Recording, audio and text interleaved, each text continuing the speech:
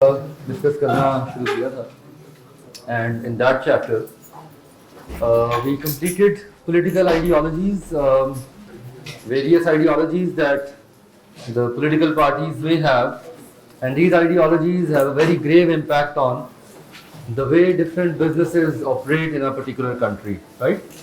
एक मुल्क में मुख्तलिफ businesses कैसे operate करते हैं, एक मुल्क के अंदर business operational mechanisms क्या होते हैं, ये काफ़ी डीपली अफेक्ट होते हैं वहाँ की पॉलिटिकल आइडियोलॉजी से। सोशलिस्ट आइडियोलॉजी है, डेमोक्रेटिक कैपिटलिस्ट आइडियोलॉजी है, फेसिस्ट कैपिटलिस्ट आइडियोलॉजी है। We discussed various types of ideologies, we talked about various characteristics. Again I would say कि एग्जामिनेशन पॉइंट ऑफ व्यू से it is not highly likely कि आपसे कोई conceptual question या कोई knowledge based question किया जाए on political ideology. Rather, it is more probable that you are asked a question given a certain scenario, और उस सिनेरियो के अंदर आपसे मैं इसके ऊपर आई हैव डिसाइडेड कि instead of waiting for the whole PESTEL analysis to be concluded first and then doing some practice questions, आज ही मैं सोच रहा था अभी आते हुए that I will be sharing with you some short scenarios over the weekend, और उसके ऊपर पॉलिटिकल इन्फ्लुएंसेस कैसे मेजर किए जाएंगे, तो उसकी एक थोड़ी सी हैंड्स ऑन प्रैक्टिस आप अभी से करना शुरू कर दें, ताकि बाय द टाइम हम पूरा पेस्टल मॉडल कंक्लूड करेंगे conceptually, you will be in a better position to know कि सिनेरियो बेस्ड क्वेश्चन कैसे हैंडल करना है, इंस्टेड ऑफ के पेस्टल पूरा कंप्लीट करने के बाद आप सिनेरियो बेस्ड क्वेश्चंस को एक्सपीरियंस करें। So over the weekend, because today is the last class of this week and then we are going to meet in next week Thursday, so over the weekend you will be having a few days in the beginning of the next week. तो उसमें फिर आप इस तरह से कर सकते हैं, I will be sharing a couple of questions on the group, और आप उनको देखें, उनको समझें, उनको अटेम्प्ट बाकायदा उनको अटेम्प्ट करें, and you know you may take it as a homework as well. If you want my feedback on that, I would be giving you, मतलब it's not a test exactly, ये test नहीं होगा, test हम इंशाल्लाह pastel का एक comprehensive करेंगे once we are done with pastel, और एटलीस्ट पॉलिटिकल, इकोनॉमिकल और सोशल लीगल को 3-4 फैक्टर जब पूरे हो चुके होंगे। आपका टेस्ट स्केड्यूल भी आपको गालिबन मिल गया होगा, वीकली टेस्ट स्केड्यूल है आपका, जिसमें एक दिन डेडिकेटेड है सब्जेक्ट वाइज टेस्ट के लिए। तो प्रोबेबली लास्ट टाइम तो इन्होंने ट्यूसडे का दिन रखा हुआ था एमएफए के टेस्ट के लिए, probably it would remain the same, और if it is change you will be knowing. तो उसमें इस तरह से होता है कि अल्टरनेटिव वीक्स में, like for example if on one Tuesday you are taking test of managerial part, in the next week you will be taking test of the financial portion.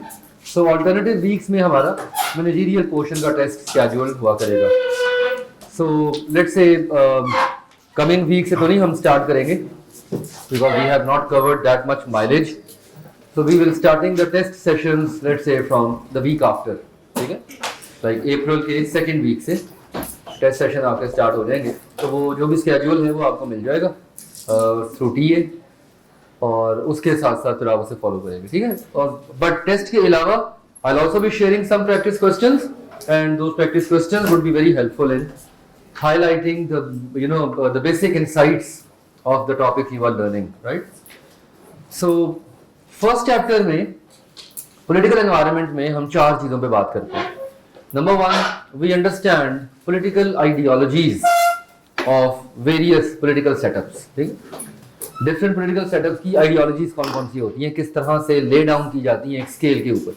तो जो पहली चीज हम डिस्कस करते हैं वो हम डिस्कस करते हैं political ideology. The very first thing that we talk about is political ideology.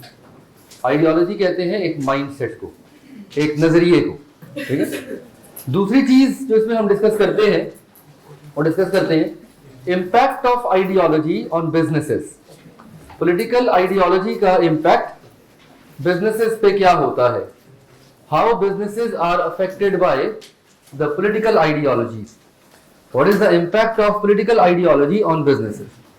तीसरी चीज जो इसमें हम डिस्कस करते हैं वो डिस्कस करते हैं इंटरेक्शन, बिजनेसेस की और गवर्नमेंट्स की इंटरेक्शंस किस तरह होती हैं, इंटरेक्शंस ऑफ बिजनेस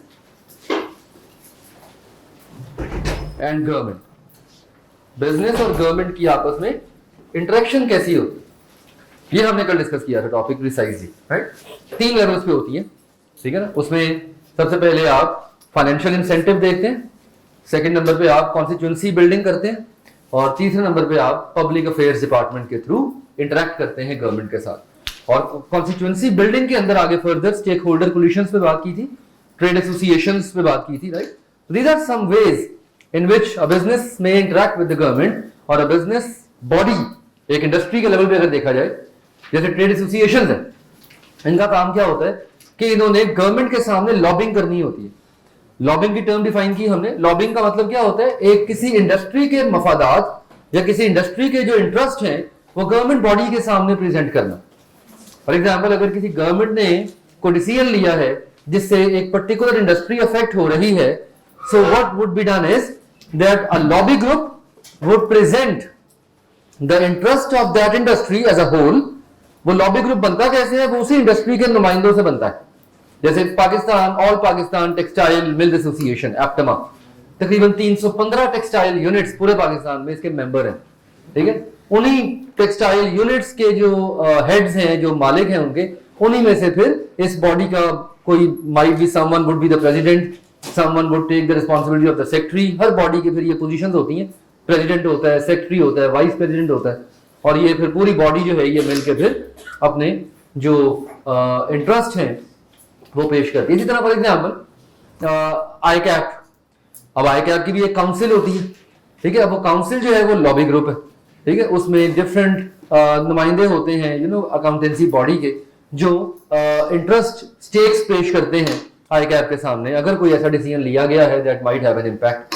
इसी तरह फॉर एग्जांपल स्टूडेंट की एक अलग बॉडी होती है, कासा, ठीक है ना, आपके सीए स्टूडेंट्स की एक अलग बॉडी होती है, और वो फिर स्टूडेंट्स के जो मफादात हैं उसके साथ वो फिर आई कैप के सामने लॉबिंग करती है, राइट। सो लॉबी ग्रुप डिफरेंट लेवल पे बनाए जाते हैं।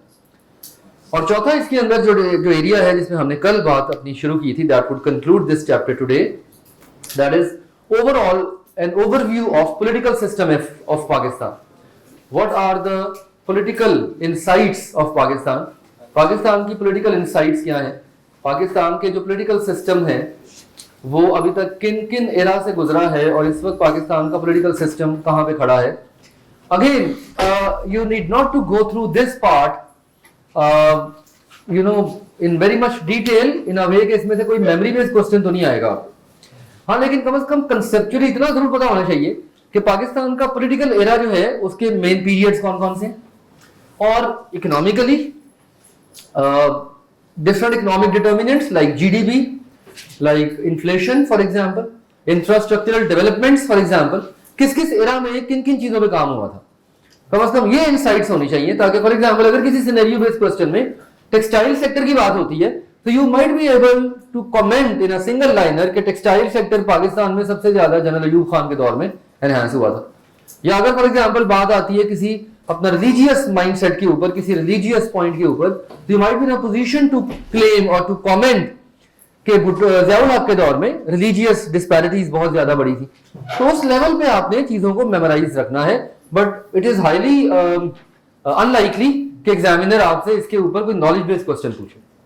लाइक अभी तक फर्स्ट चैप्टर में से, अभी जो पिछला पेपर गुजरा है उसमें इस चैप्टर में से सिर्फ 2 मल्टीपल चॉइस क्वेश्चन आए थे, only 2 MCQs। There were 2 MCQs in the paper, 1 mark each. एक मल्टीपल चॉइस क्वेश्चन आया था डेमोक्रेटिक सिस्टम के ऊपर। लाइक स्टेटमेंट दी गई थी पेपर में कि free market and open communication are characteristics of, नीचे नाम दे दिए थे, democratic, socialist, capitalism, none of the above. So open और free market communication is found in democratic system, right, democratic capitalism के अंदर टू बी प्रिसाइज। इसी तरह दूसरा मल्टीपल चॉइस क्वेश्चन आया था एडवोकेसी एडवर्टाइजिंग के ऊपर, ठीक है। स्टेटमेंट क्या थी? एडवोकेसी एडवर्टाइजिंग इज, नीचे 3 डेफिनेशन देती थी। तो एडवोकेसी एडवर्टाइजिंग क्या होती है? To propagate a controversial political issue on a certain media such as newspaper, television. तो डिफाइन करना था उसको प्रिसाइजली, उसकी डेफिनेशन को, सही डेफिनेशन को बताना। तो ये 2 क्वेश्चन पेपर में इस एरिया में सभी तक टेस्ट हुए हैं। स्टिल कॉम्प्रिहेंसिव क्वेश्चन अगर आएगा पेपर में तो उसके ऊपर आपको एक सिनेरियो दिया जाएगा, you will be given a scenario, एक सिनेरियो आपको दिया जाएगा और उस सिनेरियो की बेस के ऊपर आपको इन्फ्लुएंसेस मेजर करने को कहा जाएगा। So yesterday we started talking about the political regimes of Pakistan. We discussed a couple of regimes. Let's conclude that. So today we will be concluding the political environment precisely. आज हम political environment को conclude करेंगे and we will move ahead towards discussing the economic system. This is page number 3 with various periods are given. इसमें हमने कल बात का आगाज किया था. पाकिस्तान के political system में अभी तक different periods देखे. पाकिस्तान का political system highly unstable रहा है so far. ठीक है, कोई भी पॉलिटिकल पार्टी मतलब जनरली अगर पिछले 15 साल माइनस कर दें तो कोई भी पॉलिटिकल पार्टी जो है वो अपना कॉन्स्टिट्यूशनल टेन्योर पूरा नहीं कर पाई पाकिस्तान के अंदर. और पाकिस्तान के पॉलिटिकल सिस्टम में डोमिनेंस रही है मिलिट्री रिजीम की, मिलिट्री coup की, लाइक सम 33 इयर्स. टोटल 33 साल पाकिस्तान की हिस्ट्री के मिलिट्री कमांड में रहे हैं, जिसमें 4 नाम आते हैं प्राइमरीली. अयूब खान आता है, याहिया आता है, ज़ियाउल हक आता है नाम इसमें, और इसमें परवेज मुशर्रफ का नाम आता है. और इसमें सबसे जो लेंथी टेन्योर था वो अयूब खान का था, उसके बाद ज़ियाउल हक का था. राइट. तो हर पीरियड के ऊपर कुछ, वैसे अगर आप आईकैप की किताब से इसको रिलेट करें तो आईकैप ने इसकी अननेसेसरी डिटेल दी है बहुत ज्यादा, which is not required. So I have tried to squeeze out the things and I have tried to just put those information areas which are more relevant to business decisions.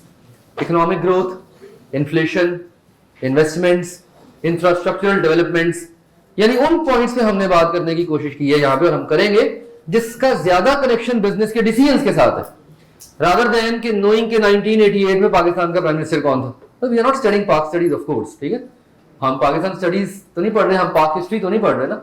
ठीक है, हम business management के subject में political influences को major करने की कोशिश कर रहे हैं, तो हमारी अंडरस्टैंडिंग भी उसी लेवल पर डेवलप होनी चाहिए. And for that reason, we should only know various political impacts on different business dimensions: economy, interest rates, inflation, GDP growth, investments. ठीक है ना, इकोनॉमिक्स सबने पढ़ी है. तो ये इकोनॉमिक डिटर्मिनेंट्स होते हैं आपके जो politically ड्राइव हो रहे होते हैं, और उन्हीं में हमने फोकस करना है. Let's say this is page number 4. When Pakistan came into existence, political atmosphere was highly ineffective. There was high political instability at that time. Economic development was very low. Overall economy was highly affected by the dispute of Indus River, जिसकी वजह से फिर वो सिंध तास का मुआहिदा किया गया था जो हमने पढ़ा था यार कोई पाक स्टडी. अयूब खान का एरा जो है, it is known to be the best possible era. हमने कल डिस्कस किया था थोड़ा बहुत. Let's have a quick overview of that.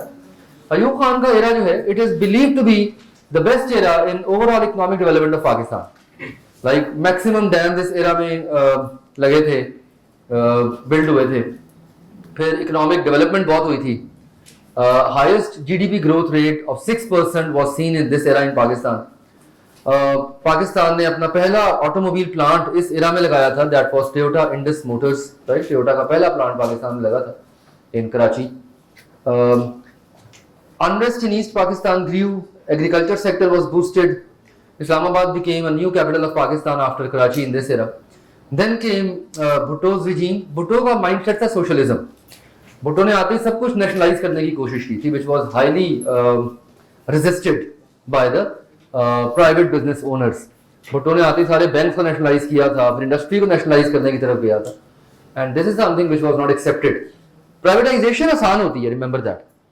किसी भी डेमोक्रेटिक सेटिंग के अंदर प्राइवेटाइजेशन आसान होती है. It is quite difficult to nationalize. ठीक है, it's quite difficult. Right, for example आज अगर गवर्नमेंट डिसाइड करे कि अपना कोई स्टेट ओन्ड बिजनेस या स्टेट ओन्ड एंटिटी बेच दे, तो that would be an easier decision to make.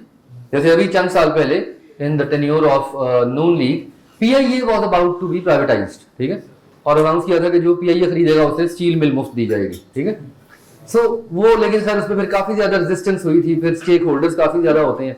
सबसे बड़ा स्टेक होल्डर होता है आपके एम्प्लॉइज, क्योंकि जब भी प्राइवेटाइजेशन होती है, whenever a private business take control of a government owned entity, वो पहला काम क्या करता है? पहला काम क्या करेगा? वो ओवर हायरिंग कम करेगा. क्योंकि प्राइवेटाइजेशन इसलिए की जाती है कि एक प्राइवेट इंडिविजुअल जो है वो उसको प्रॉफिटेबल बनाए उस बिजनेस को. ठीक है ना, वो क्यों एक बिजनेस परचेज करता है, वो क्यों एक एंटिटी परचेज करता है? बिकॉज ही और she wants to make that business profitable. और प्रॉफिटेबिलिटी के लिए वो सबसे पहले क्या करता है? ओवरहेड्स कम करता है, कॉस्ट कटिंग करता है. ठीक है ना, that's why employees were highly resistant when PIA was about to be privatized, employees ने ही रजिस्ट किया था उसको, याद है वो एयरपोर्ट पे बाकायदा बड़े राइट्स हुए थे, हड़तालें हुई थी, बड़ा कुछ हुआ था। ये आज से तकरीबन 7-8 साल पुरानी बात है, ज़्यादा पुरानी बात नहीं है, 2015 समवेयर 2016 में, राइट। सो ये चीज़ें सारी की सारी जो है वो आपकी डेवलप होती हैं। तो privatisation is an easier decision to take as compare to nationalisation. So Bhutto को काफ़ी रेजिस्टेंस का सामना करना पड़ा था। इकोनॉमिक ग्रोथ 3.7% पे आ गई, जीडीपी ऊपर गया था स्लाइटली, इन्फ्लेशन बहुत बड़ी थी, inflation was very high in that regime, and per capita income was also high, slightly better. Bhutto का जो टेन्योर था it was taken over by military coup of by Ziaul Haq, और उसने फिर जियाउल हक की political ideology was primarily based on religion, religious sects जितने भी develop हुए और जितने भी रिलीजियस डेवलपमेंट्स हुई, ये जितने भी ये सुन्नी शिया इख्तलाफात और ये तमाम चीजें, ये सारी जियाउल हक के दौर में डेवलप हुई थी। अनफॉर्चुनेटली रिलीजियस डिस्पैरिटीज पाकिस्तान में सबसे ज्यादा इन 10 सालों में डेवलप हुई थी, and that was very unfortunate, right. GDP नीचे गिरा, इन्फ्लेशन और बढ़ गई, per capita income slightly grew. Pakistan की हिस्ट्री का डार्क एरा कहा जाता है 90s को, 88 to 99, where Pakistan was most vulnerable in the world in terms of its economy, in terms of its overall growth, in terms of external debts, ठीक है ना। पाकिस्तान जो है वो सबसे ज्यादा vulnerable था इस एरा के अंदर, where 9 different governments were changed, 9 मुख्तलिफ गवर्नमेंट्स चेंज हुई, 4 गवर्नमेंट्स इलेक्टेड थी, 4 इंटरिम थी, और एक मिलिट्री कू ऑफ था 1999 में बाय परवेज मुशर्रफ। इस एरा में Pakistan completely lost its credibility in the western world. इस एरा में एक्सटर्नल डेट्स बहुत बढ़ गए। इस एरा के अंदर जीडीपी 4% डिक्लाइन कर गया 4% पे। डीरेगुलेशन, प्राइवेटाइजेशन, लिबरलाइजेशन, ये सारे इंडिकेटर्स हैं जो इस एरा में आए थे। पाकिस्तान की इंटरनेशनल साख बरकरार ना रहती अगर पाकिस्तान ने एटमी धमाके ना किए होते, ठीक है। That was something which is very positive in the belt of Pakistan, and Pakistan was the first Islamic country in the world, right, that became an atomic power. तो वो एक चीज थी जो इस एरा में बड़ी पॉजिटिव हुई थी। Otherwise there was a very high chance कि पाकिस्तान जो है वो कब का it would have been taken over by some western world, right. So that is something which made Pakistan at least stand stable on its own feet. But this era was very unfortunate. 1999 से onwards Musharraf ने take over किया। अगले 9 साल 2008 तक military regime चली, लेकिन उसमें जो मिलिट्री कू ऑफ था वो रहा तकरीबन 5-6 साल। उसके बाद फिर रेफरेंडम करा के फिर मुशर्रफ साहब जो है वो सदर बन गए पाकिस्तान के, और उन्होंने वज़ीर आज़म इलेक्ट किया उसको जमाली को, ठीक है। एंड देन पहली दफा फिर जनरल बॉडी इलेक्शन हुए 2008 में, जब पीपल्स पार्टी की गवर्नमेंट इलेक्ट हुई। ये वो पहली गवर्नमेंट थी पाकिस्तान की 2008 में जिसने अपने 5 साल का टेन्योर पूरा किया था। और 2013 में बाकायदा असेंबलीज डिसॉल्व हुई थी, इंटरिम गवर्नमेंट आई थी, और 13 में फिर नून लीग इलेक्ट हुई थी। फिर नून लीग इलेक्ट हुई, उसके बाद फिर 5 साल उन्होंने अपना टेन्योर पूरा किया। अभी 2018 में पीटीआई इलेक्ट हुई। तो ये एक बड़ा एक ब्रिस्क सा एक क्विक सा ओवरव्यू है जो overall political system of Pakistan की अक्कासी कर रहा है। And in this thing what are we taking out of it, इसका क्रक्स क्या है? इसका सबसे बड़ा क्रक्स है पॉलिटिकल स्टेबिलिटी। रिमेंबर, जब तक किसी दुनिया के किसी भी मुल्क में पॉलिटिकल स्टेबिलिटी नहीं होती ना, उसकी इकोनॉमी अच्छी नहीं हो सकती। Political stability is very much required to make a good economic growth rate and to lead an economy at a better level. Pakistan का अलमिया ही रहा है कि पाकिस्तान के अंदर पॉलिटिकल इंस्टेबिलिटी रही है हमेशा से, and that has Gravely affected the economic growth of Pakistan. So economic growth जो होती है, पॉलिटिकल सिस्टम, किसी भी कंट्री के अंदर जो पॉलिटिकल सिस्टम होता है वो उसके इकोनॉमिक सिस्टम की अक्कासी करता है, उसकी इकोनॉमी की अक्कासी करता है। It reflects the economy of the country, it reflects the economy of the country. Economy मुल्क की जो होती है उसके पॉलिटिकल सिस्टम से ड्राइव हो रही होती है, और पॉलिटिकल सिस्टम जितना स्टेबल होता है उतनी इकोनॉमी स्टेबल होती है। वेस्टर्न वर्ल्ड में देखिए उनका पॉलिटिकल सिस्टम बहुत स्टेबल है। मतलब अमेरिका की एग्जांपल ले लेते हैं। Trump was, they believe like western world, बर्मला इस चीज का इजहार करता है कि Trump was the poorest choice of the people of America, ठीक है, since America came into being. Trump उनकी, लेकिन फिर भी ट्रम्प ने अपना टेन्योर पूरा किया 4 साल। किसी ने उसकी पॉलिटिकल सिस्टम को डीरेल करने की कोशिश नहीं की। उसने जो पॉलिसीज ली, जो भी उसने डिसीजन लिए, वो अमेरिका में 4 साल का टेन्योर होता है, पाकिस्तान में 5 साल का होता है पॉलिटिकल सिस्टम। तो ट्रम्प चाहे जितनी मर्जी बुरी चॉइस थी, but he completed 4 years of tenure, right. उसको किसी ने डीरेल नहीं किया during his 4 years of tenure, ठीक है। हाँ, उसने बाइडेन को चैलेंज कर दिया था जब दोबारा इलेक्शन के बाद जो बाइडेन बना प्रेसिडेंट, तो उसने इमरान खान बनने की कोशिश की थी, थोड़ी सी धरने देने की कोशिश की थी, लेकिन still western countries are very mature in this regard, they are very mature in this manner.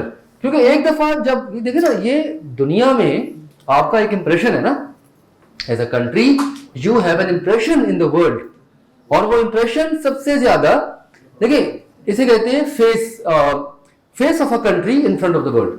Political system जो होता है ना, ये आपका चेहरा होता है जो दुनिया को आप दिखाते हैं। एक्चुअली दुनिया को जिसके साथ इंटरेक्ट करते हैं अक्रॉस द वर्ल्ड, ये आपका पॉलिटिकल सिस्टम और पॉलिटिकल एस्टैब्लिशमेंट होती है। वजीर आजम एक नुमाइंदा होता है जो एक कंट्री का चेहरा है जो दुनिया के साथ इंटरेक्ट करता है, ठीक है ना। बाकी जितनी भी बॉडीज हैं, आर्म फोर्सेज हैं, फॉर एग्जांपल फौज है, नेवी है, पुलिस है, ये सारे आपके सिक्योरिटी के करता धरता होते हैं, राइट। तो अगर पॉलिटिकल सिस्टम इनस्टेबल होगा, so what is worth you are going to have in front of the world, in front of the western world, और whatever countries you are going to meet with. Anyhow, so political stability and economic growth, ये दोनों बड़ी important चीज है। और किसी भी scenario के अंदर, अगर आपसे किसी सिनेरियो के अंदर किसी बिजनेस के डिसीजन मेकिंग के लेवल पे बात की जाए, तो आप वहां पे ये जरूर एड्रेस करेंगे कि पॉलिटिकल स्टेबिलिटी कितनी जरूरी है सक्सेस ऑफ बिजनेस के लिए, ठीक है ना। खैर, इसमें जैसे मैंने अभी कहा, I will be sharing a couple of scenario based questions with you, so that you can have a good understanding of that what type of comments you need to make in a particular scenario in terms of political factors. अगर आपसे पूछा जाए कि for example XYZ country के अंदर अगर ABC business अपना business लेके जाना चाह रहा है, तो वहां पे उसे किस किस्म की सिचुएशंस का सामना करना पड़ेगा, या किस तरह की डिसीजन मेकिंग वहां पे उन्हें करनी चाहिए, ठीक है। तो सिनेरियो को पढ़ के आपने चीजों का अंदाजा लगाना होता है, और ये नॉलेज जो है ये आपको इनसाइट्स देता है। ये आपको बताता है कि पॉलिटिकल स्टेबिलिटी देखनी है आपने GDP देखना है, आपने आइडियोलॉजी देखनी है फॉर एग्जांपल, ठीक है। आपने ओवरऑल पॉलिटिकल सिस्टम की अंडरस्टैंडिंग डेवलप करके उसके मुताबिक आपने किसी भी सिनेरियो बेस्ड क्वेश्चन को एड्रेस करना है। So this is the last page, page number 5, 2 headings हैं आखिरी। पॉलिटिकल, अच्छा ये फिगर्स याद करने की जरूरत नहीं है, आई नेवर सजेस्ट कि आप ये फिगर्स याद करें। फॉर एग्जांपल मुशर्रफ के दौर में इकोनॉमी ग्रू बाय 7%, उधर अयूब खान के दौर में इकोनॉमी ग्रू बाय 10%। हाँ, ब्रॉड इंप्रेशन होना ये जरूर चाहिए कि पाकिस्तान में जब जब मिलिट्री कू ऑप लगा है, इकोनॉमी बेहतर हुई है। ये टेक होम है, it is the take home. So instead of focusing on the numbers, focus on the concept. Instead of focusing on the numbers, you should focus on the concept. Right? Numbers इतने important नहीं है, ठीक है। और ना examiner numbers के marks देगा आपको, ठीक है। एग्जामिनर आपको मार्क्स देगा आपके कॉन्सेप्ट के। तो conceptual clarity is more important. Pakistan has seen 23 governments in the past 60 years, including 14 elected or appointed prime ministers, 5 interim governments, and 33 years of military rule. तो पाकिस्तान जब से मार्ज़े वजूद में आया है 1947 onwards, ठीक है, almost 70 plus years now, right. Pakistan के अंदर डोमिनेंस जो है वो मिलिट्री रूल की रही है, 33 plus years of military rule in Pakistan, ठीक है। So that is अच्छा, दुनिया में military rule is never considered to be a good sign for a country, ठीक है। दुनिया जो है वो कहती है चूंकि हम मेच्योर हैं और हमें सिविलाइज्ड गवर्नमेंट्स की तरह ऑपरेट करना चाहिए, और सिविलाइज्ड गवर्नमेंट अच्छा ऑपरेट तभी करती है जब सिविलियंस से गवर्नमेंट निकलती है। तो दुनिया में देखा जाए तो मिलिट्री कू ऑप जो है वो कभी भी अच्छी नजर से नहीं देखा जाता, लेकिन सरप्राइजिंगली पाकिस्तान ने जब जब तरक्की की है मिलिट्री कू ऑप नहीं की है। Interestingly and surprisingly Pakistani political system ने बहुत बड़ा वर्क किया है इस निजाम का, और पाकिस्तान ने जब जब तरक्की की है उसने मिलिट्री कू ऑप में ही तरक्की की। Economic policy regime on the other hand has only change twice in Pakistan economy. Pakistan की इकोनॉमिक पॉलिसी रिजीम जो है सिर्फ 2 दफा चेंज हुई है। Liberal private sector led growth model was placed bye Ayub Khan. Ayub Khan ने पहला मैच्योर इकोनॉमिक मॉडल दिया, liberal economic model, private sector led growth, industries लगाई, इंटरनेशनल इन्वेस्टमेंट्स को एनकरेज किया, ठीक है ना। चाहता था कि मैक्सिमम प्राइवेट प्रॉपर्टीज हों, चाहता था कि मैक्सिमम इन्वेस्टमेंट्स आए पाकिस्तान में। ये सब कुछ रोल बैक कर लिया गया भुट्टो के दौर में। Bhutto mindset was socialist regime. तो भुट्टो ने आके एक सोशलिस्ट इकोनॉमी पैदा करने की कोशिश की, where he tried to nationalise everything which was highly resisted, जिससे बहुत ज्यादा रेजिस्टेंस का सामना करना पड़ा। Since the rejection of this model in 1977, जो भुट्टो ने आके इन प्लेस करने की कोशिश की थी, सोशलिस्ट इकोनॉमिक मॉडल कहते हैं इसको। The revival of the liberal model and general thrust of economic policy has remained unaltered. देखिए, इकोनॉमिक मॉडल किसी भी कंट्री का जो होता है ना, वो दिनों में डेवलप नहीं हो जाता। It takes decades, if not centuries, for a good stable economic model to develop. अगर सदियां नहीं तो कम से कम दहाइयां लग जाती हैं, दसियों साल लग जाते हैं एक अच्छे इकोनॉमिक मॉडल को डेवलप होने में, ठीक है ना, जो पूरी दुनिया में फिर एस्टैब्लिश होता है। तो कहते हैं थ्रस्ट, जो धचका लगा था इकोनॉमिक मॉडल को 2 दफा पाकिस्तान में, एक private industry led economic model और दूसरा सोशलिस्ट रिजीम जो भुट्टो ने प्रेजेंट की थी। उसके बाद से अभी तक पाकिस्तान की इकोनॉमी स्टेबल नहीं हो सकी, अनफॉर्चुनेटली। वो धचका अभी तक बरकरार है, इट हैज रिमेन अनऑल्टर्ड, वो अभी तक बरकरार है। और हर नई आने वाली गवर्नमेंट उसमें अपनी मर्जी की चेंजेस ले आती है, ठीक है ना। होना तो ये चाहिए कि ग्रेजुअल इंक्रीमेंट्स होनी चाहिए, ठीक है ना। पाकिस्तान में क्या होता है, जब भी कोई नई गवर्नमेंट आती है वो पिछली गवर्नमेंट के सारे मंसूबों को रोल बैक कर देती है, ठीक है, और कुछ नया करने की कोशिश करती है। 5 साल is not a very long tenure, कुछ भी नहीं है 5 साल। आपने इकोनॉमिक्स में पढ़ा, इकोनॉमिक साइकिल पढ़ी आपने, introduction, growth, maturity and decline. एक टिपिकल इकोनॉमिक साइकिल का स्पैन जो होता है वो 30+ ईयर्स होता है। एक टिपिकल इकोनॉमिक साइकिल का जो स्पैन होता है, it is some 30+ years. Like एक इकोनॉमी को ग्रो करते, बिल्ड होते, मतलब डेकेड्स लग जाते हैं, दहाइयां लग जाती हैं। और इधर 5 साल में पिछली सारी इकोनॉमी को लपेट के कंबल में तो अगली इकोनॉमी है वो डेवलप करने की कोशिश की जाती है, which is not a very good thing. And this is something which is very bad, at least in our country, that we never go for gradual incremental changes. We always try to roll back everything and try to bring in something new. ठीक है ना, हम सब कुछ roll back करके कुछ नया। अभी ये जो नई गवर्नमेंट आई थी पीटीआई की, एक चीज जो इनकी कदरे, मतलब which personally I liked, was that they didn't try to roll back the project started by the previous government. Like orange line का मंसूबा देख लें, ऑरेंज लाइन का जो मंसूबा था ये नून लीग ने इनिशिएट किया था, लेकिन इसको कंप्लीट इस गवर्नमेंट ने किया, ठीक है, इसको कंप्लीट और इसको प्रैक्टिकली इंप्लीमेंट इस गवर्नमेंट ने किया, और अब ऑरेंज लाइन ट्रेन चल रही है। इररिस्पेक्टिव ऑफ द फैक्ट कि वो कितनी कॉस्टली है, उसका कॉस्ट बेनिफिट एनालिसिस क्या है, उसको साइड पे रख दें अगर, तो ये एक अच्छी चीज थी कि प्रीवियस गवर्नमेंट के इनिशिएटेड प्रोजेक्ट जो है वो अगली गवर्नमेंट कैरी करे, ठीक है ना। लेकिन अनफॉर्चुनेटली ऐसा होता नहीं है। प्रीवियस गवर्नमेंट के जो इनिशिएटेड प्रोजेक्ट्स होते हैं अगली गवर्नमेंट उनको रोल बैक करने की कोशिश करती है, which casts a very negative impact on overall economy of the country. Ideally देखा जाए तो 2 regimes, extremes, एक डेमोक्रेटिक, ठीक है, एक ये रिजीम है, और एक अथॉरिटेरियन रूल, अथॉरिटी।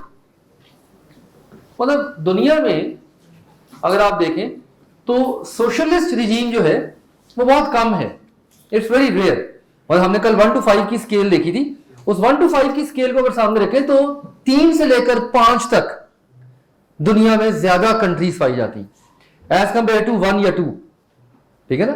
सोशलिज्म या डेमोक्रेटिक सोशलिज्म जो है ये बहुत रेयर है दुनिया में। मतलब 228 ममालिक हैं अगर दुनिया में, लेट्स से 223 28 जितने भी, तो उनमें से like less than 10% or 15% might be focusing on the 1 or 2 ideology, but majority 80-90% जो है उनका फोकस जो है वो आपका सारा का सारा।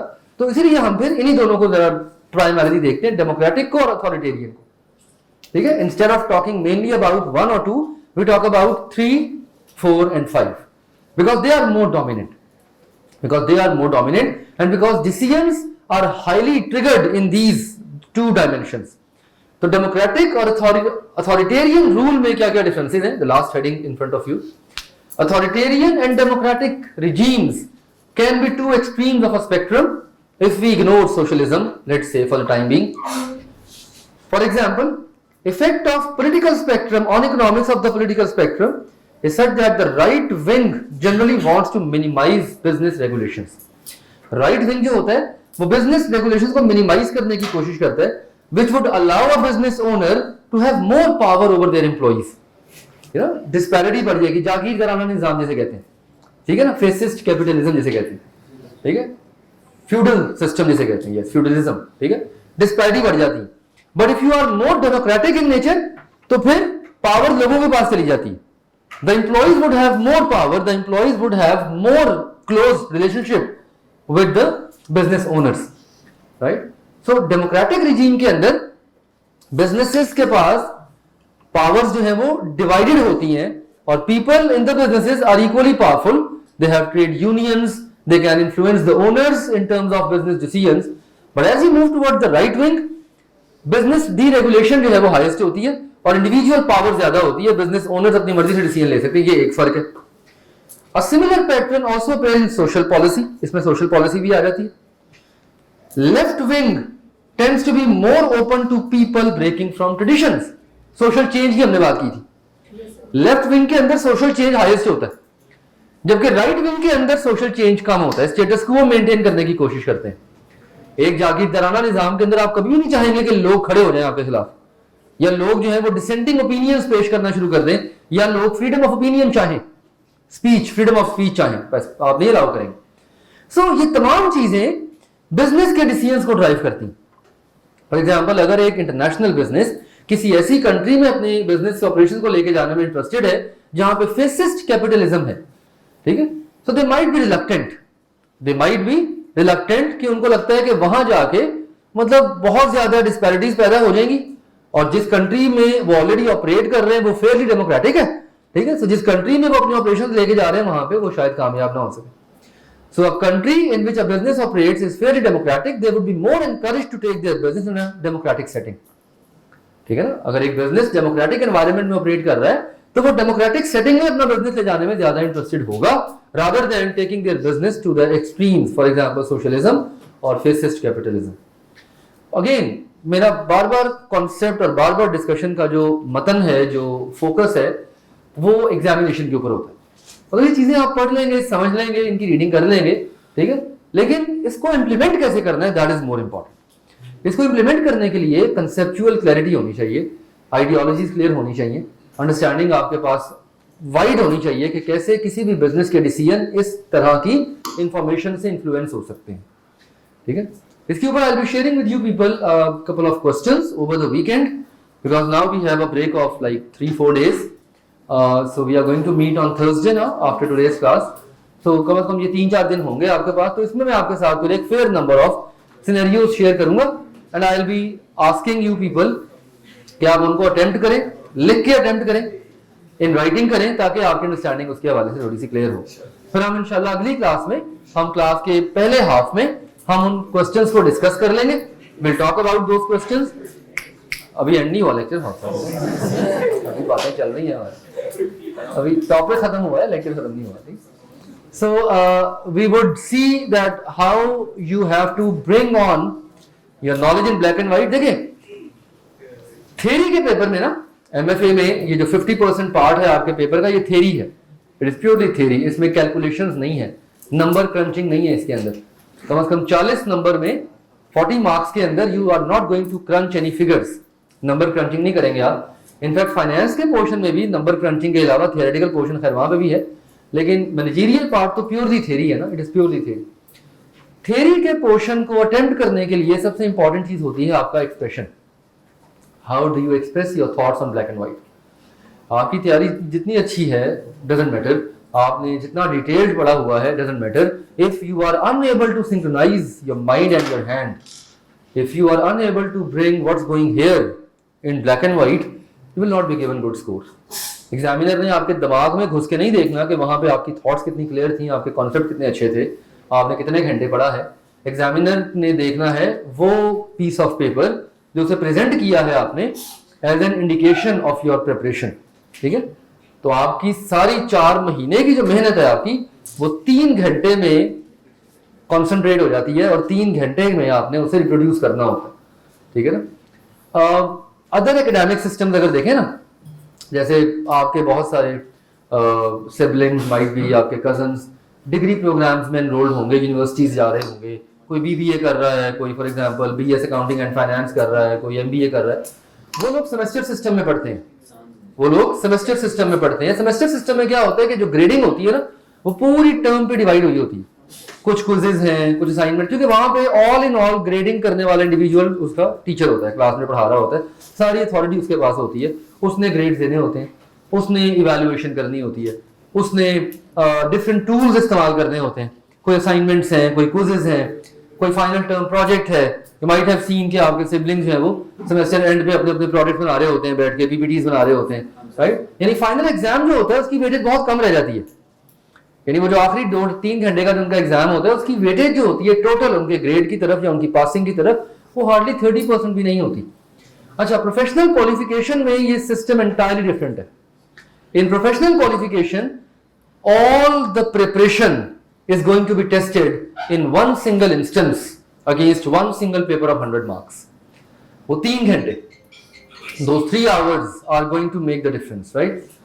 ठीक है, प्रैक्टिस आपकी होगी, असाइनमेंट्स आपको भी मैं दूंगा, कुछ होमवर्क दूंगा, लेकिन they are not going to contribute in concrete terms to your grade. उसका कोई ताल्लुक आपके ग्रेड के साथ नहीं है, पासिंग के साथ नहीं। पासिंग आपकी जो है पेपर की वो उन 3 घंटों में मुनहसर है जो आपने जाके रियल टाइम में अपनी परफॉर्मेंस दिखानी। सो एक्चुअली ये 4 महीने, ये 16 हफ्ते, ये उन 3 घंटे की तैयारी है बेसिकली, ठीक है ना। सो जितनी कंसंट्रेशन आप अभी डेवलप कर लेंगे वो 3 घंटे आपके एक अच्छे तरीके में टैकल हो पाएंगे। So the most important thing for you people is practice, ठीक है। You attend the class, you go home, you read the topic, you go, क्योंकि देखिए कंटेंट कवरेज हमारी बहुत ज्यादा नहीं होती पर लेक्चर, ठीक है ना। कंटेंट कवरेज बड़ी कंफर्टेबल होती है पर लेक्चर, इतनी होती है कि आप उसे आसानी से प्रिपेयर कर सकते हैं घर जाकर। हाँ, लेकिन अगर आप फॉर एग्जांपल उसको टाइम नहीं देते, सेल्फ स्टडी आवर्स डेडिकेट नहीं करते, तो उसका नुकसान क्या होगा कि फिर चीजें पाइल अप होनी शुरू हो जाएंगी। For example in the last 3 days if you have not given any extra time to go through the topic of the political factors, to go through the developing understanding of these areas, तो आज की date में आपके पास 3 घंटे का workload pile up हो चुका है। 3 क्लासेस 3 आवर्स, राइट। अब अगर ये 3 घंटे आप अभी भी इग्नोर कर देते हैं तो अगले हफ्ते ये 6 घंटे हो जाएंगे, उससे अगले हफ्ते ये 9 घंटे हो जाएंगे, right. So by the time आपके मिड टर्म्स आएंगे you will be in a very drastic situation, और फिर आप क्या करते हैं, फिर आप सिलेक्टिव स्टडी करने की कोशिश करते हैं, वेरी अनफॉर्चुनेटली, ठीक है। सिर्फ उन चीजों को देखते हैं जो आपके ख्याल में ज्यादा इंपॉर्टेंट है। Selective study will never help you out, remember that. Being a student of professional qualification, selective study आपकी कभी हेल्प नहीं करेगी। You have to go through all, you have to study all. Of course ये possible नहीं है, अगर let's suppose 10 chapters हैं आपके मैनेजमेंट के एरिया में, तो ये पॉसिबल नहीं है कि 10 के 10 chapters equal level of interest create करेंगे आपके लिए, या 10 के 10 चैप्टर्स में आपका लेवल ऑफ प्रिपरेशन एक जैसा होगा, ये मुमकिन नहीं है। बास टॉपिक्स ज्यादा एंगेज करते हैं, बास टॉपिक्स कम एंगेज करते हैं, बास टॉपिक्स में आपका इंटरेस्ट लेवल हाई होता है, बास में कम होता है, ठीक है। एक फ्लक्चुएशन रहती है, लेकिन उस फ्लक्चुएशन को कम करने की जरूरत है, उसे मिनिमाइज करना होता है। That is something which we are here for, right. Anyway, so ये फर्स्ट चैप्टर है जिसके अंदर 4 एरियाज हैं broadly. Political ideologies, top of the line, impact of ideologies on businesses, interaction of businesses with the government and political insights of Pakistan. ये 4 चीजें हैं। Paper point of view से again multiple choice questions इसमें से आ सकता है, already 2 आए हैं, या एक सिनेरियो बेस्ड क्वेश्चन में पॉलिटिकल फैक्टर्स का इंपैक्ट मेजर करने को कहा जा सकता है। उसके लिए हम इंशाल्लाह थोड़ी सी प्रैक्टिस करेंगे over the weekend. Moving towards the next topic. हाँ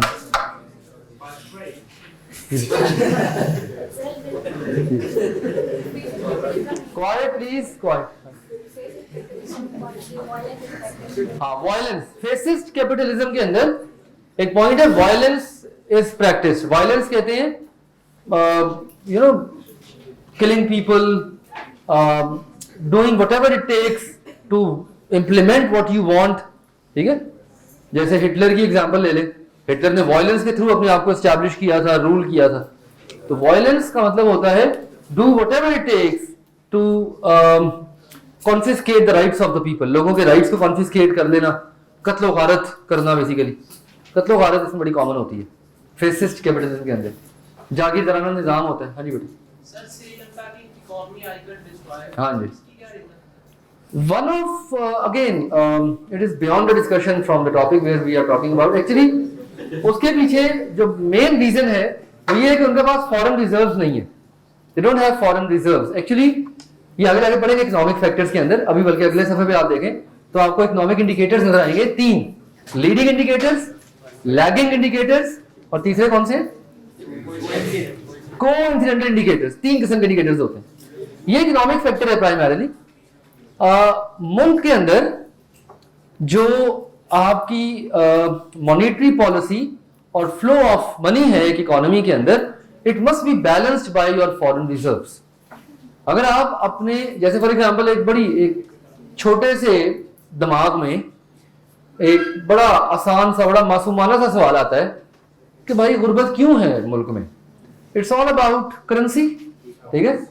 if you do not have enough money, just get it printed. Government के हाथ में है ना, नोट छापे और अवाम में बांटी जाए, गुर्बत नहीं रहेगी। क्या ख्याल है? एक बड़ा मासूमाना सा क्वेश्चन ज़हन में आता है कि if the government wants to end poverty, why can't they make everybody rich? अगर गवर्नमेंट पॉवर्टी खत्म करना चाहती है तो वो सबको इक्वली अमीर क्यों नहीं कर देती? जस्ट प्रिंट द करेंसी, 5,000 के नोट छापी जाए और चौक पे खड़े होकर लोगों में डिस्ट्रीब्यूट किए जाए, ठीक है? नहीं कर सकते। इसलिए नहीं कर सकते क्योंकि इकोनॉमिक सिस्टम की का फाउंडिंग प्रिंसिपल है that the flow of cash in the economy must be balanced by your foreign reserves. जितना रुपया पाकिस्तान में इस वक्त गर्दिश कर रहा है, सर्कुलेट कर रहा है, उतने foreign reserves in terms of gold, commodities और फॉरेन करेंसी, डॉलर प्राइमरीली, आपके स्टेट बैंक के पास होने चाहिए। अगर आपके फॉरेन रिजर्व्स उतने नहीं है तो क्या होगा? इन्फ्लेशन आएगी। This is what has happened in Sri Lanka. Sri Lanka में एग्जैक्टली यही हुआ है, उनके फॉरेन रिजर्व्स खत्म हो गए, ठीक है? जिसकी वजह से they don't have even enough money to import commodities, ठीक है? पेट्रोल फ्यूल नहीं इंपोर्ट कर पा रहे, स्कूल बंद कर दिए उन्होंने, ठीक है? This is what is happening in Sri Lanka. ये खैर इकोनॉमिक फैक्टर पे बात करेंगे इसके ऊपर। हाँ जी, इंडिविजुअलिज्म का मतलब होता है the benefit of one individual dominates the greater good. एक इंसान का मफाद ग्रेटर गुड पे हावी हो जाता है, इसे कहते हैं इंडिविजुअलिज्म। ये ज्यादातर पाया जाता है डोमेस्टिक कैपिटलिज्म या कैपिटलिज्म के अंदर। कलेक्टिविज्म का मतलब होता है the greater good is more important as compare to one individuals benefit, ठीक है? लार्जर गुड, ग्रेटर गुड ज्यादा इंपॉर्टेंट है एक इंसान के फायदे के ऊपर, इसे कहते हैं कलेक्टिविज्म। ये लेफ्ट विंग में ज्यादा पाया जाता है, सोशलिज्म के अंदर, जहां पे क्लासलेस सोसाइटी होती है, जहां पे डिस्पैरिटीज कम होती हैं। आपके रिसोर्सेज से, आपके वसाइल से, ठीक है? हर कंट्री के पास अल्लाह ताला की तरफ से कुछ रिसोर्सेज अवेलेबल है। Pakistan is very rich in mineral for example, ठीक है? फॉरेन रिजर्व्स आपके बिल्ड होते हैं अपने नेचुरल रिसोर्सेज की बुनियाद के ऊपर, ठीक है? जो आप दुनिया को देते हैं, वहां से फॉरेन रिजर्व्स आप बिल्ड करते हैं, ठीक है? और फॉरेन रिजर्व्स आपकी कमोडिटीज की शक्ल में भी होते हैं। अब जैसे फॉर एग्जांपल ये जो अरब कंट्रीज हैं, कुवैत की मिसाल ले लें। अब Kuwait is very rich in oil, ठीक है? सो कुवैत की जो करेंसी है वो दुनिया की सबसे मुस्तहकम करेंसी है। कुवैती दिनार जो है that is some 300 plus rupees, ठीक है?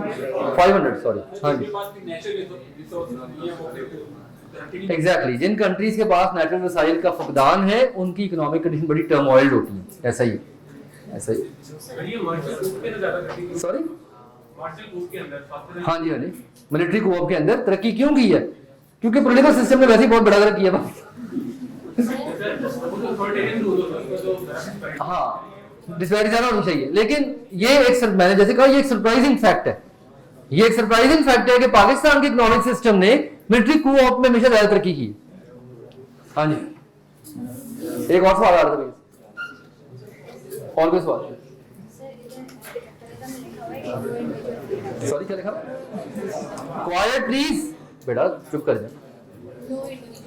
No individual freedom. हाँ जी, in capitalism you do not give people the right to speak freely और to make their own decisions. Individual freedom नहीं होता, आप उनको डोमिनेट करते हैं। इंडिविजुअलिटी का मतलब होता है एक इंसान के मफादात ज्यादा इंपॉर्टेंट है एक ग्रेटर गुड के ऊपर, यानी एक इंसान को खुश करने के लिए आप ज्यादा लोगों की कुर्बानी दे देते हैं, जैसे हिटलर ने किया था। हिटलर के दौर में हुआ था, मुसोलिनी, फेसिस्ट फ्रांस, लाशों के ढेर लगा दिए थे, ठीक है? वायलेंस तभी होता है ना जब एक इंडिविजुअल इंटरेस्ट डोमिनेट करता है ग्रेटर गुड को, तो वायलेंस प्रैक्टिस होता है। रिमेंबर दैट, ठीक है? जब कलेक्टिविज्म होती है तो फिर वायलेंस कम होता है, फिर वायलेंस नहीं होती। हाँ जी, सर बिजनेस के लिए बेस्ट आइडियोलॉजी कौन सी है? between 3 and 4 for a business the best ideology is from 3 to 4 central democracy से लेकर डेमोक्रेटिक कैपिटलिज्म तक, ये बेस्ट है एक बिजनेस के डिसीजन के लिए, ठीक है, जिसमें बिजनेस फ्लरिश भी करता है, इंटरनेशनल रिलेशंस भी होते हैं, फ्री मार्केट डिमांड भी होती है, फ्री बिजनेस डिसीजंस भी होते हैं। तो 3 से 4 के दरमियान जो स्केल है ना, ये बिजनेस ऑपरेशंस के लिए बेस्ट होती है। एग्जैक्टली, ज्यादातर कंट्रीज भी इसी स्केल में होती है, एक्सट्रीम्स पे रेयर है, it's very rare that the country would fall on the extreme, ज्यादातर 2, 3, 4 इसी, और उसमें से भी ज्यादातर 3 और 4 पे, ठीक है। सर सीपैक भी इसी वजह से पॉलिटिकल स्टेबिलिटी की वजह से है। हाँ, सी पैक भी, ये भी आगे जाके पढ़ेंगे, इकोनॉमिक फैक्टर में इसकी एग्जांपल भी आएगी सी पैक की।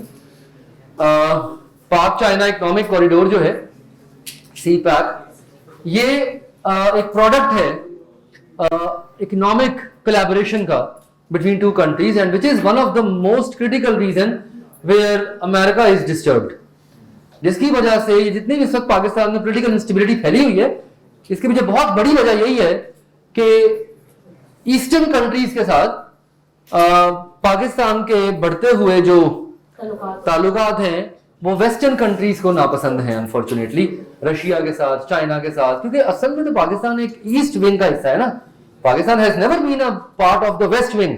अगर आप नक्शा भी निकाल के देख लें तो नक्शे के अंदर भी एक क्लियर कट इंडिया, पता नहीं कौन सा एशिया ये पैसिफिक ओशन जो है वो क्लियर कट पाकिस्तान, मतलब इस एशिया को अलग कर रहा है from the west, right. So Pakistan by geography, Pakistan by virtues eastern world का हिस्सा है, not a part of western world. लेकिन पाकिस्तान पॉलिटिकली, जियोग्राफिकली इतनी सेंसिटिव पोजीशन पे लोकेटेड है कि जिसकी वजह से पूरी दुनिया में पाकिस्तान जो है वो एक इंपॉर्टेंट रिजीम समझा जाता है। नक्शे पे देखें तो Pakistan is a very small country, लेकिन अदरवाइज अगर देखा जाए तो पाकिस्तान की जो वैल्यू है, जो इंपॉर्टेंस है वो काफी ज्यादा है, जिसकी वजह से सारी दुनिया की तवज्जो जो है पाकिस्तान पे मरकूज होती है। और कोई सवाल? क्या कह रहे हैं? चले, इकोनॉमिक सिस्टम हम इंशाल्लाह फिर थर्सडे को स्टार्ट करेंगे।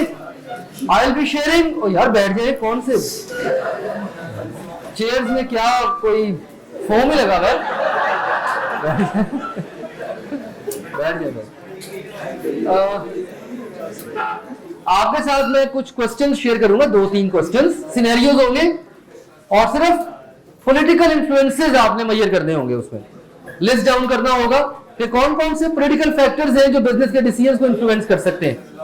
तो जो भी क्वेश्चन दिया जाएगा उसकी नेचर के मुताबिक आपने अपना आंसर फ्रेम करना है।